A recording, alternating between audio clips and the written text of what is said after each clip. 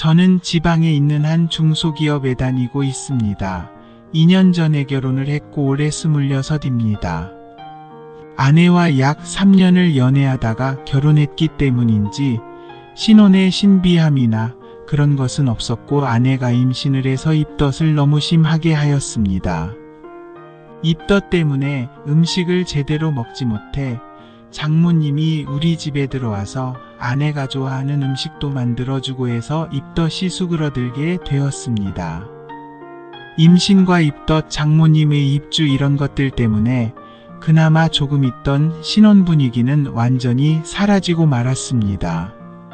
장모님은 올해 49이 되셨고 7년 전에 교통사고로 장인어른이 돌아가셨습니다.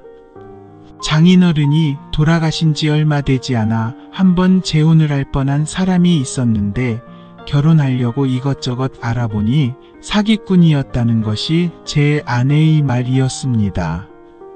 장모님은 또래 친구보다 10년은 젊어 보이는 동안이고 지금도 미인인데 젊었을 때 사진을 보면 정말 눈부시게 아름답다는 말은 이런 곳에 쓰는 것이구나 할 정도로 굉장한 미인이었습니다.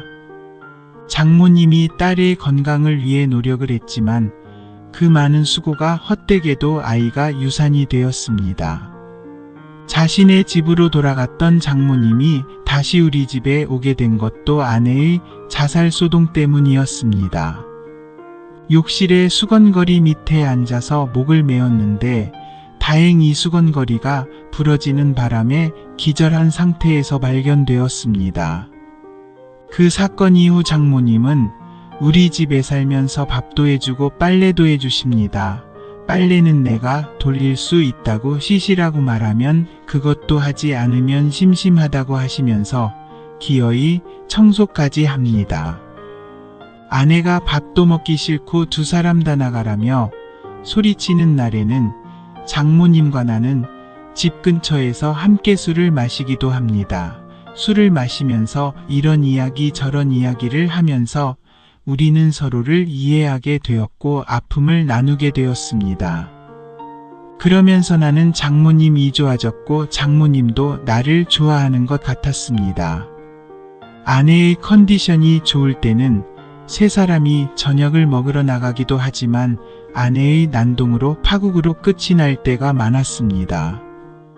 그래서 세 사람이 외식하는 일이 줄어들더니 아예 없어져 버렸습니다. 장모님은 아내의 상태에 대해서 항상 미안하게 생각했고 그에 대한 보상으로 나에게는 무엇이든지 해주려고 했습니다.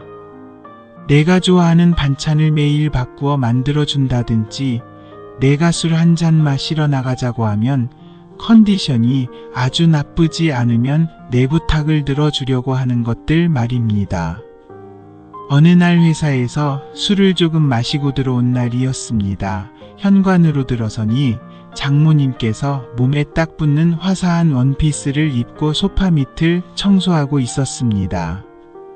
적당한 살집의 엉덩이가 원피스에 찰싹 붙어 있는 모습이 너무나 유혹적이었습니다. 그러면 안 된다고 생각하면서도 본능적으로 부풀어 올랐습니다. 샤워를 하고 나왔더니 회사에서 부족하게 마셔서 그런지 술을 더 마시고 싶었습니다. 장모님께 술 한잔 하지 않겠냐고 하니까 나가서 마실 거냐면서 따라 나왔습니다. 항상 가는 단골 술집에 갔습니다. 술이 한 잔, 두 잔 들어가자 취기가 올라왔습니다. 장모님도 상당히 취기가 올라와 있었습니다. 평소 마음속에 있던 말을 꺼내었습니다. 장모님은 너무 예쁘십니다. 젊은 내가 봐도 반할 만큼 예쁘세요. 그러면 뭐하니 이제 다 늙어버렸고 좋은 시절 다 가버렸어 라고 장모님이 말씀하셨을 때 장모님은 아직 젊으십니다. 누군가 나에게 장모님 같은 분과 사귀겠냐고 묻는다면 난 사귀겠다고 하겠습니다 라고 말했더니 자네 요즘 많이 외롭지? 난 자네가 좋은데 지수가 저러고 있으니 내 마음이 안 좋네라고 말씀하셨습니다. 장모님은 지수 어린 시절 이야기 돌아가신 장인 어른 이야기, 이런저런 다른 이야기를 하느라 시간 가는 줄 몰랐습니다. 가게 문 닫을 시간이 되어서 슈퍼에서 맥주를 사들고 들어왔습니다. 내 방에서 바닥에 맥주를 펴놓고 있는데 장모님이 상위에 안주를 담아왔습니다. 지수는 자고 있더라 하시고는 내 곁에 앉았습니다. 지수는 요즘 자기 엄마가 무얼 하는지, 자기 남편이 무얼 하는지 아무 관심이 없는 것 같습니다. 우리가 지수에게 관심을 가지면 불같이 화를 낼 뿐이었습니다. 술자리는 다시 계속되었습니다. 장모님은 술이 취해서 그랬는지 지수가 언젠가는 건강하게 돌아올 거라며 그때까지 힘들지만 나에게 참고 지수를 지켜달라고 하였습니다. 마지막에는 눈물을 보이며 내 손을 꼭 잡았습니다. 술자리가 끝나고 나서도 한참 동안 이야기하다가 우리는 각자의 방으로 돌아갔습니다. 침대에 누우니 정신이 더 맑아지는 것 같았습니다. 지수를 생각하니 답이 나오지 않았고 장모님 얼굴과 원피스 입은 모습이 떠올랐습니다. 이상하게도 장모님을 생각하면 흥분되었습니다. 장모님이 조곤조곤 말씀하실 때 움찔거리는 귀여운 입 모양을 생각해도 피가 몰렸고 청소할 때 실룩거리는 엉덩이를 생각해도 웃던 환타지가 자꾸 떠올랐습니다. 그런 장모님에 대한 환타지를 떠올리며 바지를 내렸습니다. 휴지를 가져다 놓고 막 시작했을 때 갑자기 방문이 쓱 열리는 것이었습니다. 너무 놀란 나머지 이불을 닫업지도 못하고 나의 모습을 장모님에게 들키고 말았습니다. 장모님도 당황하여 어떻게 해야 할지 잊어버린 사람처럼 한참 동안 그 자리에 얼어붙은 듯 서 있다가 방문을 닫고 나갔습니다. 순간의 일이었지만 나에게는 몇 시간이 지난 것 같았습니다. 나는 얼굴이 화끈 달아올랐고 쥐구멍에라도 숨어버리고 싶었습니다.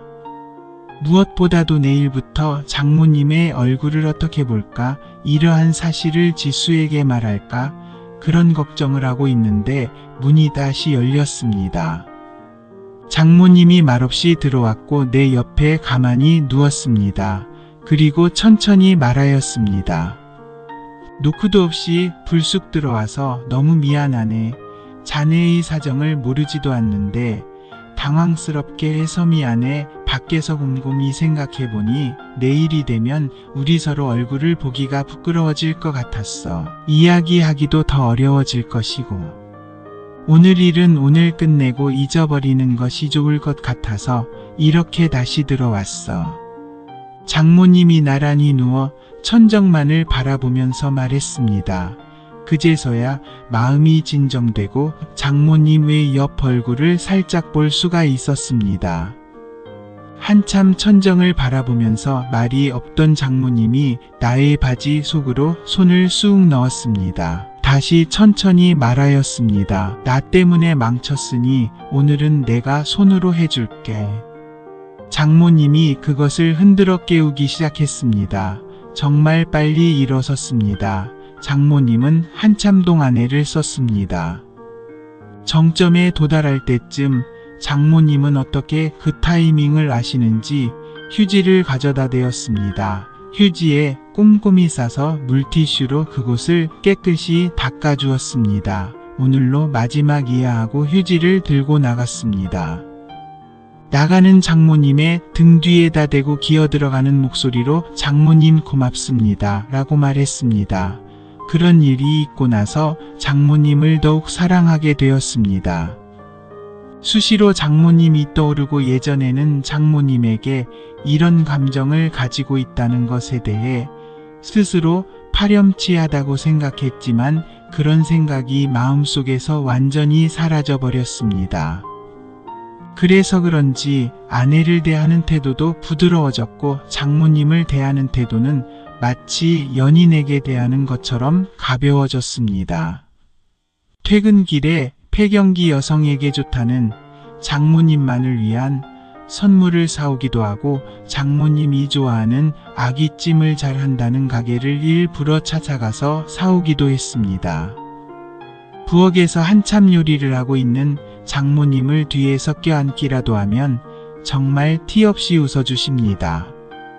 장모님 가슴에 손을 슬쩍 넣어도 장모님은 살짝 눈을 흘기면서 내버려 두었습니다.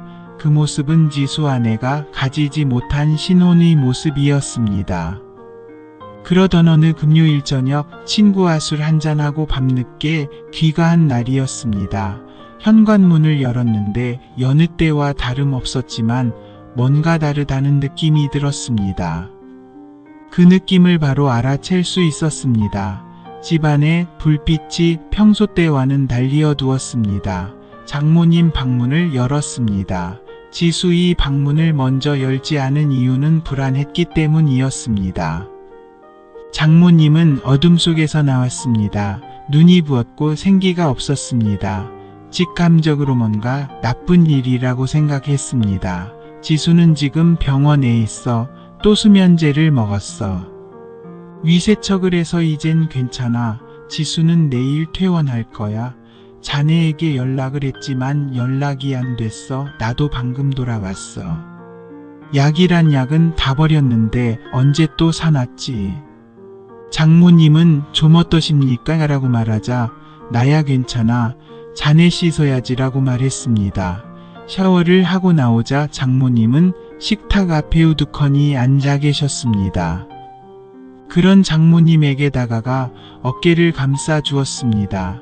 장모님이 감싸고 있는 내 손을 잡더니 나랑 술 한잔 안 할 테야 라고 하였습니다. 지금까지 장모님과 술을 마셨지만 먼저 술을 마시자고 한 것은 이번이 처음인 것 같습니다. 장모님은 앉아 계세요. 내가 차릴게요 라고 하니 자네가 어디에 뭐가 있는지도 모르는데 라면서 장모님이 냉장고 문을 열었습니다. 지수 이야기를 하다가 술이 취하기 시작하자 장모님이 내 두 손을 꼭 잡으면서 말했습니다. 전에 자네에게 지수를 끝까지 지켜달라고 말했지만 그것이 내 욕심이란 걸 오늘 알았어. 자네에게 그런 부담을 지우고 싶지 않아. 그래서 술 한잔 하자고 했어. 자네가 어떠한 결정을 해도 자네를 원망하지 않을 거야. 나는 말없이 술만 훌쩍거렸습니다. 그리고 우리는 각자의 방으로 돌아갔습니다. 방에 들어와서 눈이 복잡한 생각들이 마음을 눌렀습니다. 잠이 올 것 같지가 않았습니다. 장모님 방에 좀 재워달라 말할까라는 터무니없는 생각을 하고 있는데 장모님이 나타났습니다. 그리고 전처럼 내 옆에 누웠습니다. 자네가 외로운 것은 내 책임이기도 해라며 나란히 누워서 내 한쪽 손에 깍지를 끼웠습니다. 그렇게 한참 있다가 내가 한쪽 발을 장모님의 양다리 사이에 살짝 올리자 장모님이 움찔했습니다. 장모님은 내 다리를 양다리로 감싸 조였습니다. 장모님이 이불 속으로 들어갔습니다. 그날 밤 나는 아내에게 주지 못한 많은 것을 장모님에게 흠뻑 주었고 장모님은 지수가 나에게 주지 못한 놀라운 사랑을 주었습니다. 그날 밤 헤아릴 수 없이 많은 사랑을 했습니다. 그리고 이런 날이 앞으로도 계속될 것입니다.